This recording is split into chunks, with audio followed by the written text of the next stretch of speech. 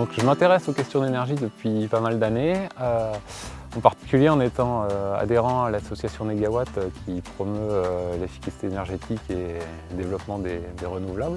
À la base, je m'intéressais donc à venir vivre à la campagne pour pouvoir être autonome, pour pouvoir avoir une production maraîchère, pour pouvoir avoir une production de viande un petit peu, peut-être fermière aussi, à petite échelle. Une démarche de passer d'abord aux lampes fluo compactes, de faire attention à pas mal de choses.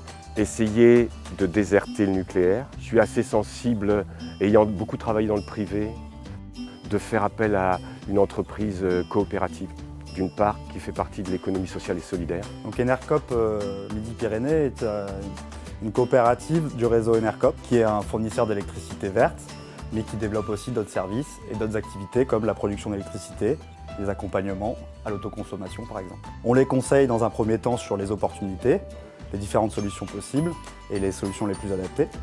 On les met en contact avec un des installateurs de la coopérative, qui sont sociétaires. Évaluer de façon précise son besoin, son profil de consommation, les conditions techniques de l'installation qu'on peut réaliser, qui répondra au mieux à son souhait de consommer sa propre électricité. On m'a tout de suite mis en relation avec un installateur qui était local, qui m'a présenté toutes les différentes possibilités, m'a accompagné dans toutes les démarches. J'avais l'assurance du réseau Enercoop pour le matériel, le soutien.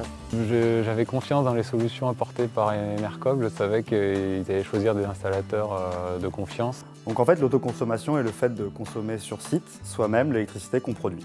En autoconsommant, tout simplement, vous participez à la transition énergétique en produisant de l'électricité verte, mais vous réduisez aussi vos factures d'électricité. C'est-à-dire dans une démarche de je produis et je consomme ce que je produis. D'après les estimations, ça serait d'autoconsommer environ un quart de ma consommation actuelle d'électricité. Maintenant, il existe des micro-onduleurs et donc il y a des stations solaires pour tous les budgets.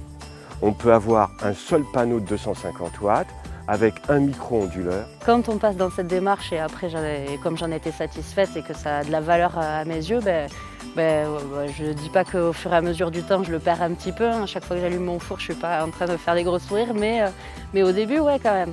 Participer à la transition énergétique à mon échelle. Donc oui, je fais attention au niveau sobriété, puis ensuite efficacité énergétique et enfin la production de renouvelables. Donc je pense que la démarche est cohérente. Du bien-être, du sens. Et ils mettent leur pierre à l'édifice. Ils font un pas vers la transition énergétique.